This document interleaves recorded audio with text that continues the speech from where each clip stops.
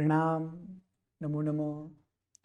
नमो अरिहंताणं, नमो सिद्धाणं, नमो आयर्याणं, नमो उवज्झायाणं, नमो लोये सब्बसाहुणं, ईसो पंचनमुक्कारो सब्बपावप्पणासनो मंगलाणं च सब्देसिं पठमं हवै मंगलम्।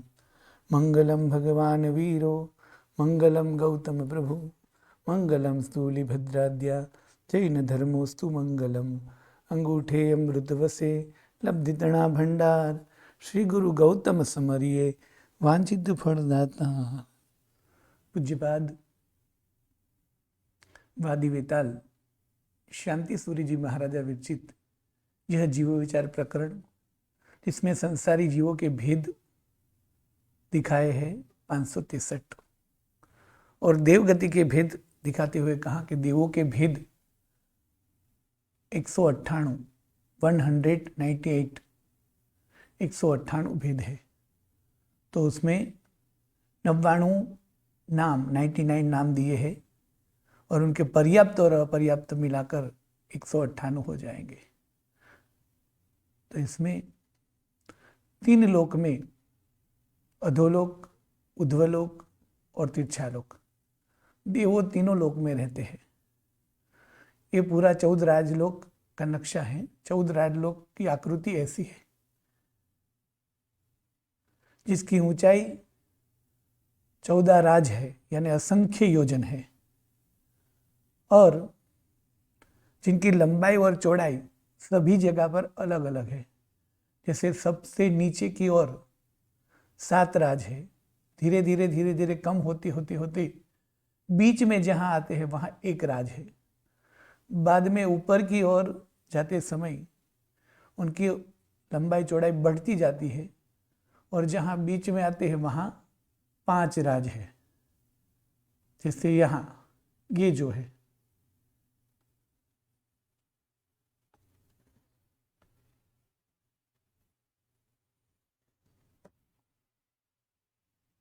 यहां 7 राज है, और कम होते होते यहां 1 राज है यहां, और वापस बढ़ते बढ़ते यहां 5 राज है, और फिर वापस कम होते होते यहां 1 राज है।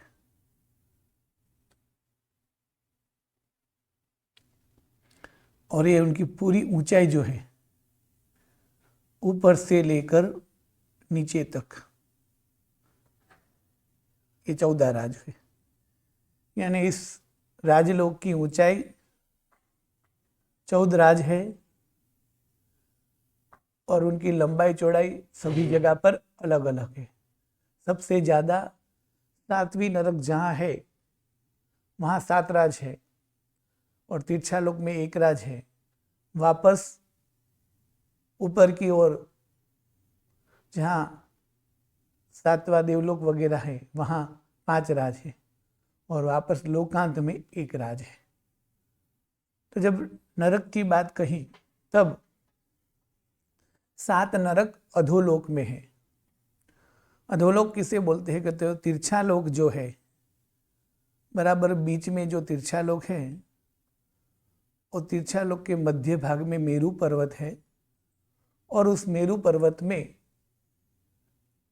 शंभुतला नाम की पृथ्वी है। वहां से 900 योजन ऊपर तक तीर्थालोक है, और वहां से 900 योजन नीचे तक तीर्थालोक है। यानी तीर्थालोक समभूतला से 900 योजन नीचे और 900 योजन ऊपर 1800 योजन है। 900 योजन से संभूतला से 900 योजन ऊपर जाए तब उध्वलोक शुरू हो जाएगा, और संभूतला से 900 योजन नीचे जाए तब अधोलोक शुरू हो जाएगा। सभी नारक अधोलोक में थे। कैसे रहते थे सभी नारक? तो बताया था कि पहली नारक की जो पृथ्वी है, उनकी लंबाई चौड़ाई 1 राज है, किंतु उनकी हाइट यानी मोटाई 1,80,000 है, और उसमें से ऊपर के 1000 योजन और नीचे के 1000 योजन छोड़ के 1,78,000 जो है उसके 13 विभाग हो जाते हैं, जिसको 13 प्रतर बोलते हैं। उस प्रतर में ही सब नारक रहते हैं। अब बात देवलोक की बताई तो कि देवलोक के भेद, देवगति के भेद मुख्य 4 है: भवनपति, व्यंतर, ज्योतिष और तिर्यंचुंबक। भवनपति के यहाँ रहते हैं अधोलोक में। कैसे? तो पहली नारक की जो भूमि थी 1,80,000, उसमें से ऊपर के 1,000 ये छोड़ दिए और नीचे के भी 1,000 छोड़ दिए, और ये पूरा जो 1,78,000 है उनके 1, 2, 3, 4, 5, 6 ऐसे 13 विभाग किए, जिसको 13 प्रतर बोलते हैं। और इस सभी प्रतर में कौन रहते थे? नारक। किंतु एक प्रतर और दूसरी प्रतर के बीच में जो ये अंतर है, जैसे एक प्रतर है, यहाँ दूसरी प्रतर है, तो इस अंतर में भवनपति रहते हैं। इस तरह 1,80,000 की पृथ्वी और यहाँ 1,000 छोड़ दिए, यहाँ के 1,000 छोड़ दिए। अब 1,78,000 के 13 प्रतर कर दिए, 1, 2, 3, ऐसे 13 प्रतर में नारक रहते थे। और एक प्रतर और दूसरी प्रतर के बीच में जो जगह है इसको अंतर बोलते हैं। 1, 2, 3, 4, 5, 6, 7, 8, 9, 10, 11 और 12, ऐसे 12 अंतर है। उसमें से पहले अंतर में कुछ नहीं है और लास्ट अंतर में भी कुछ नहीं है। बीच वाले 10 अंतर जो है उसमें, यानी दूसरे अंतरे में भवनपति तीसरे रहते हैं, यानी पहले दूसरे अंतरे में असुर कुमार, फिर नाग कुमार, ऐसे 10 अंतर हुए। वैसे अंतर होते हैं कितने? 13 प्रकार के बीच में 12, किंतु लास्ट और फर्स्ट अंतर में कोई नहीं रहता है। बीच वाले जो है यानी 2 से लेकर 11 अंतरे, उस 10 अंतरे में 10 प्रकार के भवनपति रहते हैं, असुर कुमार आदि, और उसी में ही परमाधामी ही भी रहते हैं। इसलिए सभी प्रकार के भवनपति कहाँ हुए? अधोलोक में। नारक भी सभी अधोलोक में। सिर्फ पहली नारक में ही देवता रहते हैं और दूसरी नारक से कोई भी देवता नहीं, सिर्फ नारक की है। तो भवनपति अधोलोक में है, यानी 15 परमाधामी और 10 भवनपति, ये सभी भेद अधोलोक में हुए। भवनपति इसलिए कि वो भवन में रहते हैं, परमाधामी इसलिए कि वो सबको दुख देने वाले परम अधार्मिक है।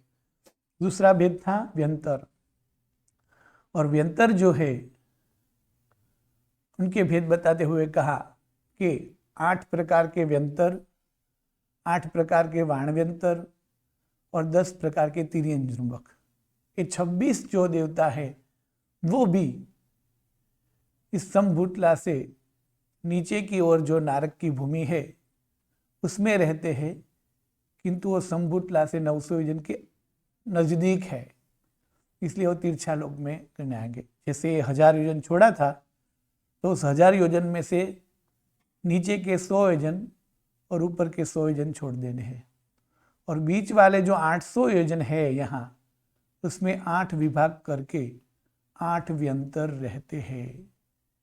यहाँ ये जो 1000 योजन छोड़ा था उसमें 100 योजन ऊपर से छोड़ दिया, 100 योजन नीचे से छोड़ दिया। अब बीच वाला जो 800 योजन था उस 800 योजन में 8 प्रकार के व्यंतर रहते, यानी वो सभी तिरछा लोक में है। वाण व्यंतर कहाँ रहते हैं? तो ऊपर के जो 100 योजन छोड़े थे उसमें से 10 योजन और 10 योजन छोड़ के बीच वाले 80 योजन में वाण व्यंतर रहते हैं। इसी तरह ये संभूतला नाम की पृथ्वी है, यह मेरू पर्वत है, मेरू पर्वत के बीचों बीच संभूतला पृथ्वी, वहां से ही सब नाप लिया हुआ है, यानी वहां से ही उद्व दिशा अधो दिशा, तिर्यक दिशा सभी मिल शुरू होती है। तो यहाँ से 900 योजन तक तीर्थालोक है, 900 योजन तक ऊपर तक भी तीर्थालोक है, बाद में उध्वलोक है और यहाँ बाद में नीचे अधोलोक है। तो यहाँ से सबसे पहले पृथ्वी के नीचे जाएंगे तो 10 योजन के बाद वाणव्यंतर आएंगे और उसके बाद 80 योजन तक वाणव्यंतर होंगे। बीच में 10 योजन का अंतर रहेगा, इसलिए 100 योजन पूरा हो जाएगा। 100 योजन पूरा होने के बाद व्यंतर शुरू हो गए 800 योजन तक, यानी 900 योजन पूरा हो जाएगा और उसके बाद 100 योजन में कुछ नहीं आएगा, यानी 1000 योजन पूर्ण हो जाएगा, जो ऊपर का छोड़ा था वो। और 1000 योजन के बाद नरक की पहली प्रतर आएगी, फिर एक अंतर आएगा, फिर दूसरी प्रतर आएगी, फिर दूसरा अंतर आएगा, उसमें भवनपति वगैरह शुरू हो गए।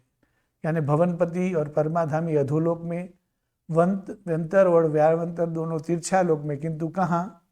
पृथ्वी की नीचे की ओर। अब ज्योतिष, तो ज्योतिष के देवलोक के देव भी सभी तीर्थालोक में है। उनके विमान में विशेष ज्योति है, इसलिए वो ज्योतिष कहलाते हैं। तो तीर्थालोक में बीचों बीच जो मेरू पर्वत है, मेरू पर्वत से संबुटला ये पृथ्वी है, यहाँ से नीचे तीर्थालोक में व्यंतर और वाणव्यंतर, उसके बाद में यहाँ से अधोलोक शुरू हुए तो अधोलोक में नारकी और भवनपति वगैरह। अब ऊपर की ओर 900 योजन तक तीर्थालोक है, तो वहाँ सब ज्योतिष आते हैं इस 900 योजन के मंडल में। संबुटला से 900 योजन में सभी ज्योतिष आ जाते हैं इस तरह।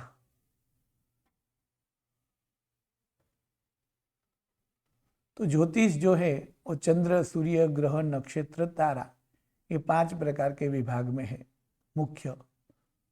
और अधिदीप के अंदर जो है वो घूमते हुए है, इसलिए वो चर है। अधिदीप के बाहर स्थिर है, इसलिए वो अचर है। तो ये समभूतला से 900 योजन तक में सभी ज्योतिष के मंडल आ जाते हैं। उसमें सबसे पहले तारा, यानी तारा के मंडल आते हैं और वो 790 योजन ऊपर है। संबुटला से 790 योजन ऊपर जाएंगे तो सभी प्रकार के स्टार यानी तारा जो है वो ज्योतिष के विमान आएंगे, सभी प्रकार के तारे। उसके बाद और 10 योजन ऊंचे जाए तो सूर्य का विमान आएगा, यानी संबुटला से 800 योजन ऊपर हो जाएगा। उसके बाद में और 80 योजन ऊपर जाए तो चंद्र का विमान आएगा, यानी संबुटला से 880 योजन ऊपर हो जाएगा। तारा, सूर्य, चंद्र। अब नक्षत्र, उसके बाद 4 योजन ऊपर जाएंगे, यानी 884 योजन, तो वहां सभी नक्षत्र के विमान आ जाएंगे। और उसके बाद में सभी प्रकार के ग्रह के विमान, 880 योजन में सबसे पहला ग्रह का विमान शुरू होकर 890 योजन के ऊपर सबसे ऊपर शनि का विमान है। तो इसी तरह तारा, चंद्र, सूर्य, नक्षत्र और सभी ग्रह, ये सभी संबुटला से 900 योजन के बीच में सब आ जाएंगे। और संबुटला से कितने दूर तारा का या ज्योतिष का मंडल शुरू होता है? तो 790 योजन, यानी संबुटला से 790 योजन ऊपर जाने के बाद सबसे पहले ज्योतिष का विमान शुरू होगा और सबसे लास्ट वाला ज्योतिष का विमान 900 योजन की सपाटी पे होगा, यानी 110 योजन में सभी प्रकार के ज्योतिष आ जाएंगे। यहां से लेकर यहां तक 110 योजन होता है सभी प्रकार के ज्योतिष, 5 प्रकार के। अधिद्वीप में जो है, अधिद्वीप यानी जम्बूद्वीप, लवण समुद्र, जातकी खंड, कालोदधी और अर्धपुष्कर द्वीप, इस 45 लाख योजन का जो अधिद्वीप है उसमें जितने भी चंद्र, सूर्य, ग्रह, नक्षत्र, तारा आदि है वो सभी चर है, यानी घूमते हैं। सिर्फ ध्रुव तारे को छोड़कर। तो अढ़ीद्वीप में कितने चंद्र और कितने सूर्य हैं? तो 132, 132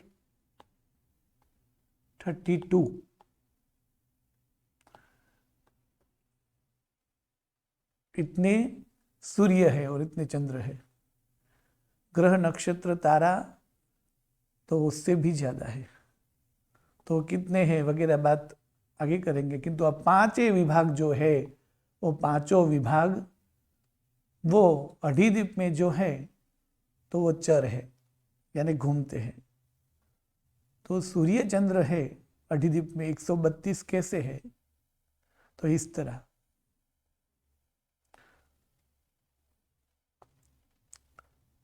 जम्बू द्वीप में ये जम्बू द्वीप है। जम्बू द्वीप में 2 सूर्य है, 1 2, जितने सूर्य है उतने ही चंद्र है, 1 2। हमेशा चंद्र चंद्र सामने ही होता है और सूर्य सूर्य सामने होते, एक ही लाइन में होते। तो एक सूर्य इधर एक सूर्य इधर, यानी 2 सूर्य और 2 चंद्र हुए। लवण समुद्र में कितने हैं? 2 2, यानी 2 और 2 यानी 4 हुए। इसलिए जम्बूद्वीप में 2, लवण समुद्र में 4, धात्की खंड में 12,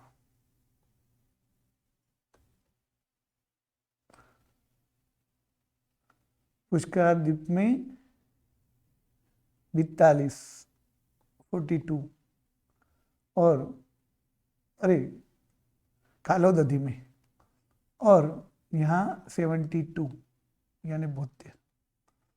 तो इस तरह 132 हो गए। 132 फिर से कैसे? तो जम्बूद्वीप में 2 है, 2 सूर्य और 2 चंद्र। एक यहाँ है, 1 2, तो 2 सूर्य हो गए। लवण समुद्र में कितने हैं? दोनों और 2 2, यानी 1 2 1 2, यानी 4 4 हुए। लवण समुद्र में ये 2,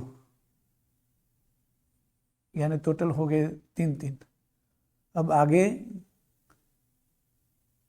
धात्की खंड में कितने हैं? 6 6 है। इसी तरह ही लाइन में 1 2 3 4 5 6, और इस तरफ भी 6, 1 2 3 4 5 6, तो 12 हो गए। ये 6 ये 6 ये 2 ये 2 ये 1 ये 1। उसके बाद में कालोदधी समुद्र में 42, दोनों तरफ 21 21, एक लाइन में 21, इस लाइन में भी 21, यानी 42। और पुष्कराद्वीप ने दोनों तरफ 36 36, यहाँ 36 यहाँ 36, यानी 72। और कुल मिलाकर इस तरफ हुए 66 और इस तरफ भी हुए 66, यानी दोनों मिलाकर 132। और इसी तरह चंद्र भी इस तरफ 66 और इस तरफ भी 66, यानी दोनों मिलाकर 132। इसलिए स्नात्र में हम बोलते हैं चंद्रनी पंक्ति 66 66, रवि श्रेणी नरलोको, यानी दोनों तरफ सूर्य और चंद्र की पंक्ति 66 66 माने 66, इस तरफ 66 इस तरफ 66, दोनों मिलाकर 132, यानी ढाई द्वीप में 132 सूर्य और चंद्र है। और पूरे सभी एक लाइन में ही रहते हैं। तो इस तरफ एक, क्योंकि बीच में मेरू पर्वत है ना, ये मेरू पर्वत, तो मेरू पर्वत की इस ओर 66 होते तो इस ओर भी 66 होते हैं। इसलिए जम्बूद्वीप में 2 चंद्र 2 सूर्य, लवण समुद्र में 4, धातकी खंड में 12, कालोदधि में 42 और अर्धपुष्कर में 72 एक तरफ के हैं, इसलिए उसके आधे आधे दिए हैं, 1 2 6 21 36। तो इस तरह इतने सूर्य और इतने चंद्र है। जितने सूर्य है उतने ही चंद्र है। और सूर्य और चंद्र की एक परिवार यानी एक जोड़ी कहलाती है। और जब सूर्य इतने हैं, चंद्र इतने हैं, तो ग्रह नक्षत्र और तारा कितने होते हैं? तो यही बात यहाँ कहते हैं, ग्रह नक्षत्र और तारा। तो एक सूर्य और एक चंद्र जो होते हैं, तो उनके हिसाब से इतने ग्रह और इतने नक्षत्र हो गए। कितने? तो इस तरह एक चंद्र और सूर्य को मिलाकर एक परिवार बोलते हैं। चंद्र का बोलो या सूर्य का, दोनों का एक ही परिवार है। समझो कि सूर्य पिता है तो चंद्र माता है, इसी तरह या तो चंद्र पिता है और सूर्य माता है। वैसे माता पिता नहीं है, ये समझने के लिए। तो उस एक सूर्य और एक चंद्र, तो एक सूर्य और एक चंद्र को एक परिवार बोलते हैं। और उसमें एक परिवार के तौर पर कितने नक्षत्र होते हैं? तो कि 28। ग्रह कितने होते हैं? 88। तारा कितने होते हैं? 66,975 कोटा कोटि। यानी जम्बूद्वीप में 2 चंद्र और 2 सूर्य है, तो 28 के डबल हो गए 56, यानी 56 नक्षत्र है। और 56 नक्षत्र माने नक्षत्र कुल 28 है और सभी 2-2 की जोड़ी में हो गए, तो 56 हो जाएगा। 28 नक्षत्र के नाम, तो 28 नक्षत्र के नाम भी आते हैं। फिर ग्रह कितने हैं? 88, तो डबल डबल हो जाएंगे तो कितने? 176 हो जाएंगे। तो उस 88 के नाम भी आते हैं, किंतु इस U4 में उनके नाम वगैरह नहीं दिखाने हैं। वो सभी जो नाम जो है वो आगे के ग्रंथ में बृहद संगणि में, क्षेत्र समास वगैरह में लिखे हुए हैं। शायद पुस्तक में भी लिखे हुए होंगे, किंतु ये नाम जो है वो जैसे ग्रह के नाम देखा जाए 88 कौन से, तो उसमें से कई सारे नाम हमें आते हैं, जैसे बुध, मंगल, बुध, गुरु, शुक्र, शनि, राहु, केतु आदि ग्रह है। इसी तरह नक्षत्र में पुष्य, आद्रा आदि नक्षत्र है। और ग्रह, नक्षत्र और तारा, तारा माने स्टार कितने हैं? तो एक की इतनी कोटाकोटी है, तो दोनों मिलाकर कितने हो जाएंगे? तो 1,33,950 कोटाकोटी। तो कोटाकोटी किसको बोलते हैं? 1 करोड़ मल्टीप्लाई 1 करोड़ बराबर होगा 1 कोटाकोटी। ऐसे 1 कोटाकोटी नहीं, कितने कोटाकोटी? 10 कोटाकोटी नहीं, 100 कोटाकोटी नहीं, 1000 कोटाकोटी नहीं, लाख कोटाकोटी तो हाँ, 1,33,950 कोटाकोटी इतने तारे हैं। पर प्रकार कितने हुए? सूर्य, चंद्र, ग्रह, नक्षत्र, तारा, वो 5 प्रकार हुए। तो इस तरह सूर्य, चंद्र, ग्रह, नक्षत्र, तारा कहाँ रहते हैं? तो कि तीर्थालोक में। कौन सी सपाटी पर होते हैं? तो वो बताया। और उनकी संख्या कितनी होती है? ये बताया। तो अर्धद्वीप में जो है वो 2 चंद्र और 2 सूर्य है। अरे, अर्धद्वीप में 132 चंद्र और 132 सूर्य है। जम्बूद्वीप में 2 चंद्र और 2 सूर्य है। तो जम्बूद्वीप में नक्षत्र कितने हैं? 56 यानी 56। ग्रह कितने हैं? 176। तारा कितने हैं? 1,33,950 कोटा कोटि। और एक परिवार मतलब एक चंद्र और एक सूर्य की जोड़ी के साथ कितने हैं? 28, 88, 66,975। यह ज्योतिष की बात पूर्ण हुई।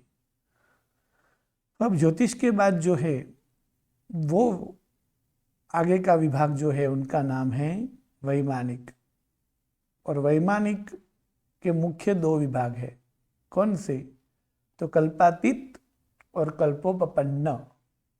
कल्पातीत माने जहां आना जाना, गमन करना, व्यवहार करना, राजा प्रजा ऐसी कोई व्यवस्था नहीं होती है। सभी इंद्र की तरह ही रहते हैं, अपनी शया में से उठते भी नहीं है। ऐसे 9 ग्रैविक और 5 अनुत्तर वो कल्पातीत कहलाते हैं। और 9 लोकांतिक, 3 किल्बिसिक और 12 देवलोक एक कल्प पपन्न यानी कल्प उपपन्न यानी आचार सहित कहलाते हैं। तो ये नीचे के सभी है वो, तो कि वो आचार वाले यानी कल्पोपपन्न ही एक ही विभाग है। यहां से ही 2 विभाग है। तो वो जो व्यवस्था है वो कितने प्रकार की है? तो कि 8 प्रकार की। कौन से? 10 प्रकार की। कौन से 10 प्रकार की? तो कहते हैं कि यहाँ जो बाकी के सब, जहाँ कल्प उपपन्न यानी कल्पोपपन्न यानी आचार वाले यानी मैनेजमेंट वाले यानी व्यवस्था वाले, जहाँ इंद्र, राजा, रानी, स्वामी, नौकर, चाकर वगैरह जो होते हैं वो सभी यानी भवनपति से लेकर 12 देवलोक तक, 12वें देवलोक तक जो है वो सभी कल्पोपपन्न है। वहाँ 10 प्रकार की व्यवस्था कौन सी है? क्योंकि सभी जगह पर 10 प्रकार की नहीं है। भवनपति में जैसे कम भी व्यवस्था है, किंतु 10 प्रकार की व्यवस्था यानी वहाँ इंद्र होते हैं यानी उस जगह के मुख्य स्वामी। दूसरा विभाग है सामानिक यानी इंद्र जैसी रिद्धि सिद्धि होती है किंतु उनके पास सत्ता नहीं होती है, वो होते हैं इंद्र के समान यानी सामानिक विभाग। तीसरा विभाग है त्रयस्त्रिंशक यानी 33 की संख्या में ये देव होते हैं और ये जो है वो मंत्री की तरह होते हैं। चौथा विभाग है पर्षदा यानी सभा, 3 प्रकार की सभा और सभा में बैठने वाले देव होते हैं। पांचवा विभाग है आत्मरक्षक यानी फौजदार की तरह, अंगरक्षक की तरह देव कार्य करते हैं। छठा विभाग है लोकपाल यानी इंद्रलोक, देवलोक के चारों दिशा जो है उस चारों दिशा का सब ध्यान रखते हैं। सोम, यम, वरुण, कुबेर ऐसी चारों दिशा के लोकपाल है। सातवां विभाग है अनिक यानी सैनिक यानी वहां 7 प्रकार के सैन्य देव होते हैं, जिसमें से गंधर्व, नाट्य, अश्व, गज, महिष, रथ, पैदल ऐसे सभी 7 प्रकार के सैन्य देव होते हैं। यानी युद्ध में और मनोरंजन में ये सैन्य काम आता है। 8वां प्रकार है प्रकीर्णक यानी परचूर्ण, प्रजा जैसे देव। 9वें प्रकार के अभियोग यानी नौकर चाकर देव, सामान्य कार्य करने वाले। 10वें प्रकार के किल्बिसिक यानी सभी प्रकार के तुच्छ कार्य करने वाले, जैसे यहाँ भी हम सब नौकरी वगैरह करते हैं और वहाँ नौकरी में ऑफिस में बैठ के भी काम करना पड़ता है वो, और दूसरा विभाग ये है कि वहाँ साफ सफाई वगैरह करना पड़ता है वो। इसी तरह 2 प्रकार के कर्मचारी देव नौकर चाकर होते हैं। तो 10 विभाग कौन से होते हैं? इंद्र, सामानिक, त्रयस्त्रिंशत्, पर्षदा, आत्मरक्षक, लोकपाल, सैन्य, प्रकीर्णक, अभियोगिक, किल्बिसिक ऐसी सभी व्यवस्था वाले जो है उनको कल्पोपपन्न कहते हैं। तो भवनपति वगैरह से लेकर 12 देवलोक तक ये सभी व्यवस्था रहती है। वहाँ 5 प्रकार की सभा भी रहती है यानी उपपाठ सभा, अभिषेक सभा, अलंकार सभा, व्यवसाय सभा, सुधर्मा सभा आदि 5-5 प्रकार की सभाएं वगैरह रहती है, उसे कल्पोपपन्न कहते हैं। अब जो 12 देवलोक है, किल्बिसिक है, वो कहाँ रहते हैं? तो वो सभी ऊर्ध्व लोक में है। यहां से 900 योजन तक तो यहाँ से 900 योजन तक तो तीर्थालोक है और वहां सूर्य, चंद्र, ग्रह, नक्षत्र, तारा है। और उसके बाद असंख्य योजन ऊपर जाने के बाद पहला देवलोक और दूसरा देवलोक है, आमने सामने दोनों मिलाकर पूर्ण गोल आकृति होती है उनकी। इसी तरह उसके बाद तीसरा देवलोक और चौथा देवलोक, इसी तरह उसके बाद में पांचवा, उसके ऊपर छठा, उसके ऊपर सातवां, उसके ऊपर आठवां, बाद 9वां और 10वां आमने सामने, 11वां और 12वां आमने सामने। इसी तरह देवलोक की व्यवस्था है। 12 देवलोक, पहला दूसरा आमने सामने, तीसरा चौथा आमने सामने, 5, 6, 7, 8 एक के ऊपर एक, 9, 10 आमने सामने, 11, 12 आमने सामने। फिर 9 ग्रहवेग एक के बाद एक, पहला ग्रहवेग, दूसरा ग्रहवेग, तीसरा, चौथा, 5वां, छठा, 7वां, 8वां, 9वां, ऐसे 9 ग्रहवेग। और फिर 5 अनुत्तर, बीचों बीच एक और 4 दिशा में 4, यानी 5 अनुत्तर, सबसे ऊपर अनुत्तर है। और इस देवलोक का नाम क्या है? तो पहले देवलोक का स्वधर्म, दूसरे देवलोक का ईशान। स्वधर्म देवलोक जो है वो भरत क्षेत्र के ऊपर आता है और ईशान देवलोक जो है वो ऐरावत क्षेत्र के ऊपर आता है। यानी जब भरत क्षेत्र में तीर्थंकर जन्म लेते हैं तो स्वधर्म देव जो है वो सभी जन्म महोत्सव करने आता है और वो प्रभु को ले जाता है। और जब ऐरावत में होता है तो ईशान इंद्र ले जाता है। इसलिए स्नात्र में बोलते हैं, ईशान इंद्र कहे मुझे आपो प्रभु ने क्षणयति रेको।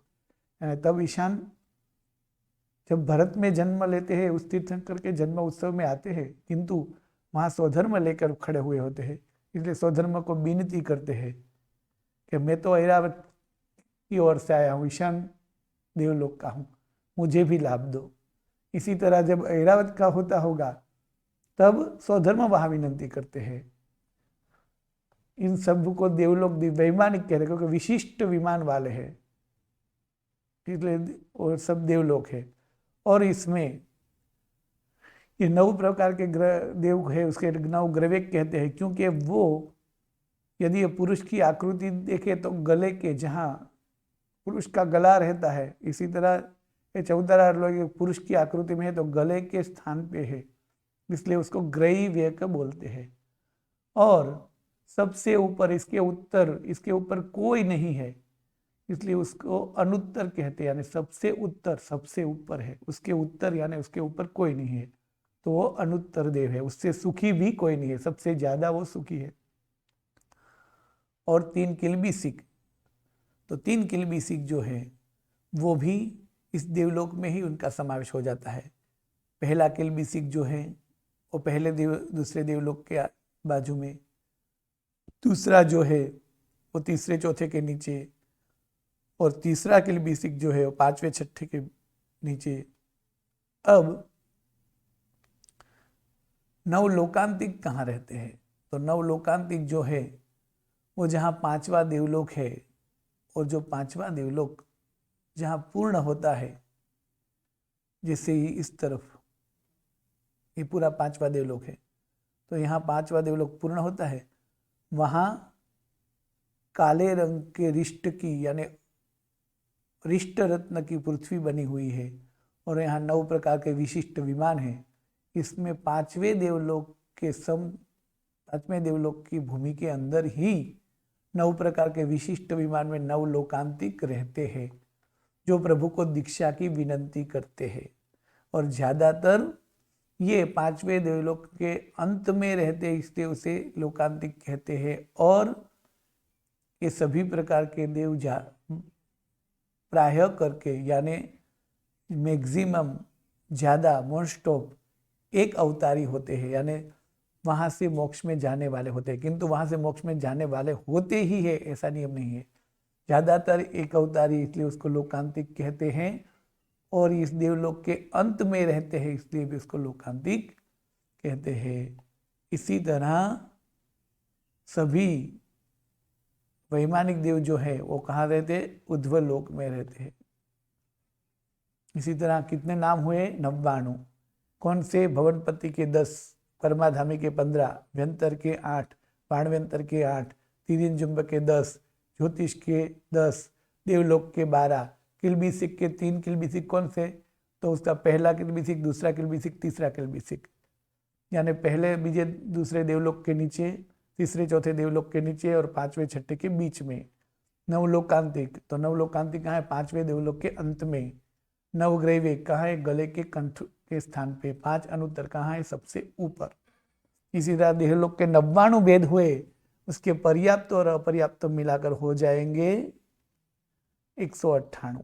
इस तरह चारों गति का भेद जो कहे तो तिर्यंच गति के 48, नरक गति के 14, मनुष्य गति के 303 और देवगति के 198। इसी तरह देवगति वैमानिक का इसी तरह विमान रहा हुआ है। ये पहला दूसरा देवलोक, फिर तीसरा चौथा देवलोक, फिर 5, 6, 7 देवलोक, 8, फिर 9, 10, 11, 12, फिर 9 ग्रैविक और 5 अनुत्तर। इन सब अनुत्तर 9 ग्रैविक का नाम है, ये 5 अनुत्तर के नाम है, और इसमें 10 प्रकार के जो आचार है वो इंद्र, सामानिक वगैरह। अब इंद्र कितने हैं कुल मिलाकर? तो ऐसे असंख्य है, पर प्रकार बोले तो कितने हैं? तो 62, 64 इंद्र है। प्रकार 64 है। कौन से 64 है? तो भवनपति के जो 10 प्रकार के भवनपति हैं, उसमें एक उत्तर की ओर, एक और दक्षिण की ओर, यानी 20 इंद्र होते हैं। उस 20 का नाम भी आता है महाग्रंथ में। व्यंतर में 8 और वाण व्यंतर में 8, दोनों दिशा में 8-8, यानी 16 व्यंतर के हैं, 16 वाण व्यंतर के हैं। ज्योतिष में सूर्य का 1 और चंद्र का 1। वैमानिक में 10 है, पहले देवलोक का 1, दूसरे देवलोक का 1, इसे 8 देवलोक तक 1-1, और 9वां 10वां का 1 और 11वां 12वां का 1, यानी वैमानिक के 10 होते हैं। इस तरह भवनपति के 20, 10 भवनपति के दोनों दिशा के 1-1, व्यंतर के 8 प्रकार के व्यंतर के दोनों की दिशा के 1-1, यानी 16, बाण व्यंतर के 8 प्रकार के दोनों दिशा के 8-8, यानी 16, ज्योतिष के, चंद्र के और सूर्य के 1-1, यानी 2, और वैमानिक के 8 देवलोक तक 1-1, और 9वां 10वां और 11वां 12वां का 1-1, यानी 10। इसी तरह 64 इंद्र होते हैं। इसमें सभी जगह पर, यानी भवनपति पे, व्यंतर में, बाणव्यंतर में और वैमानिक में तो फिक्स ही संख्या है, किंतु ज्योतिष के जो है वो एक चंद्र के और एक सूर्य के 1-1 चंद्र के हिसाब से है, यानी जितने चंद्र और जितने सूर्य है उतने चंद्र और सूर्य के इंद्र होते हैं। यानी जम्बूद्वीप में 2 चंद्र है और 2 सूर्य है, तो उनमें 2-2 इंद्र हो गए, दोनों में 1-1 इंद्र हो। और इसी तरह 2.5 द्वीप के चंद्र और सूर्य गिने तो 132 चंद्र और 132 सूर्य है, तो उनके इंद्र भी इतने हैं। और पूरे विश्व में गिने ज्योतिष कितने हैं, तो सूर्य और चंद्र असंख्य है, स्वयं भूर्मण समुद्र तक, यानी इंद्र असंख्य भी है। कैसे? चंद्र और सूर्य एक प्रकार के तौर पे है, किंतु जितने चंद्र के विमान और जितने सूर्य के विमान है उस सभी में 1-1 इंद्र है, यानी असंख्य इंद्र भी कहलाते हैं। किंतु बाकी सभी में तो संख्या भी यही है, फिक्स संख्या है, यानी प्रकार 64 हुए, इंद्र तो असंख्य भी होते हैं। और अधिदीप के इंद्र यदि गिने तो 132 सूर्य के, 132 चंद्र के होते हैं, और बाकी सभी की संख्या गिने इतने हो गए। इसी तरह चारों गति के 563 भेद हुए। अब 25वीं गाथा में सिद्ध के भेद दिखाएंगे।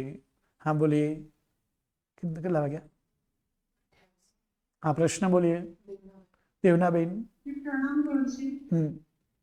और तिरिन जुम्बक देव कहाँ पे रहते हैं? तिरियन जुम्बक देव कहाँ पर रहते हैं? तो तिरियन जुम्बक के देव की उत्पत्ति जो है, उनकी उत्पत्ति व्यंतर और वाणव्यंतर के साथ में है। ज्यादा करके वाणव्यंतर जहाँ उत्पत्त हो रहे वहां ही उनका जन्म स्थान वगैरह है। किंतु वो रहते कहाँ है? तो तिरछा लोक के ऊपर की तल पर जहाँ अनेक प्रकार के द्वीप है, उन सब में रहते हैं। यानी तिरछा लोक के द्वीप वगैरह में वो रहते हैं। हाँ बोलिए। प्रणाम पंडित जी। हाँ बोलो। एक ये वास्तु पूज्य स्वामी जी का श्रवण आता है, उसमें एक लाइन है, सात राज्य तो हमारे जो मनुष्य लोग है वहां से हाँ ऐसे समझना है। हाँ, ऐसे समझना है। जैसे ये जो है पूरा ये विश्व, यानी बराबर इस मध्य लोक में हम रहते हैं, तिरछा लोक में। ठीक है, यहाँ से 7 राज नीचे पृथ्वी है और यहाँ से 7 राज ऊपर सिद्धशिला है, लोकांत है। तो हमारे से प्रभु 7 राज दूर होते हैं। जी। और ये जो ये भवनपति देव का जो आपने बताया ना कि 1,78,000 में भवनपति देव रहते हैं वहाँ पे, तो उनके जो 15 बाकी के जो परमाधामी देव, हाँ, वो वर्माधामी भी जहाँ भवनपति रहते हैं उसके साथ में ही है। वो भवनपति का भी एक प्रकार है, किंतु उनका कार्य जो है वो दूसरों को दुख देना, इसके हिसाब से उसका नाम परमाधामी है। वो है वास्तव में भवनपति का भेद। तो यानी कि भवनपति देव दुख नहीं देते, परमाधामी देव हाँ, जो दुख देते हैं ऐसे भवनपति विभाग वाले देव को ही परमाधामी नाम कहा गया है। जैसे हम मनुष्य है तो मनुष्य में दवाई देने वाले को डॉक्टर बोला जाता है, किंतु वो मनुष्य तो है ही।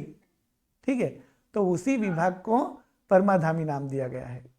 ओके ओके जी। हाँ, एक और प्रश्न है, जो बोलिए। आपने वो तारा सूर्य नक्षत्र सब समझाया ना कि समुद्र भूमि के ऊपर 790 योजन में तारा है, फिर 800 योजन में ऊपर है, तो वो टोटल 110 योजन कैसे हुआ? आपने बताया कि पूरा टोटल 110 योजन इस तरह हो गया क्योंकि ये समभुतला है।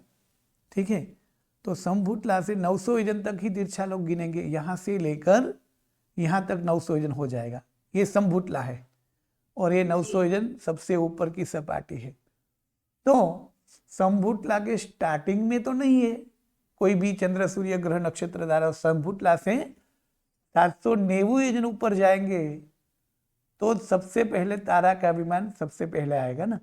तो 790 योजन हो गए, तो 790 योजन तक क्या है? तो उसमें कुछ भी नहीं है, कोई भी देव नहीं है। तो ये 790 योजन हो गए और उसके बाद में 790 में कितने? तो 110 गिनेंगे तो 900 हो जाएंगे ना।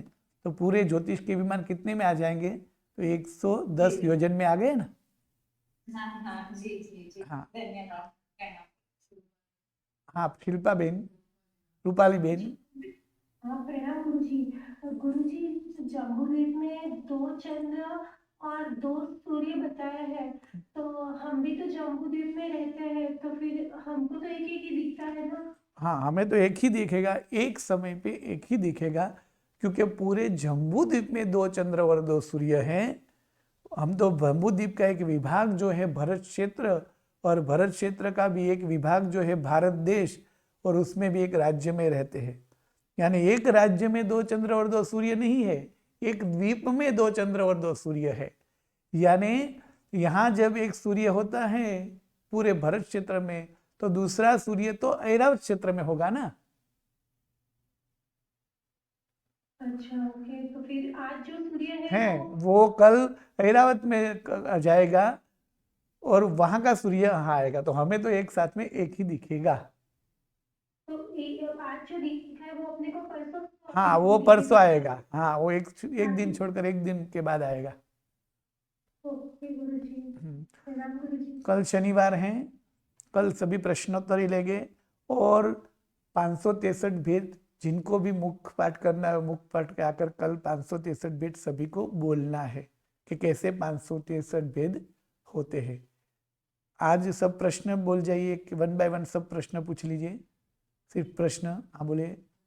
हर्षाबेन, हाँ गुरुजी वो जो तारा का नंबर आपने बोला 6 लाख और कुछ नंबर, उसको इनटू 1 करोड़ करना है या वो नंबर इनटू फिर से वही? ये जो है ना वो सिर्फ 1 लाख दोनों मिलाकर, हाँ, या तो एक एक जोड़ी मिलाकर 66,975 वो संख्या को इंटू करोड़ नहीं, किंतु करोड़ गुणा करोड़, यानी इस संख्या को करोड़ से गुणना है और फिर से उनको करोड़ से गुणना है।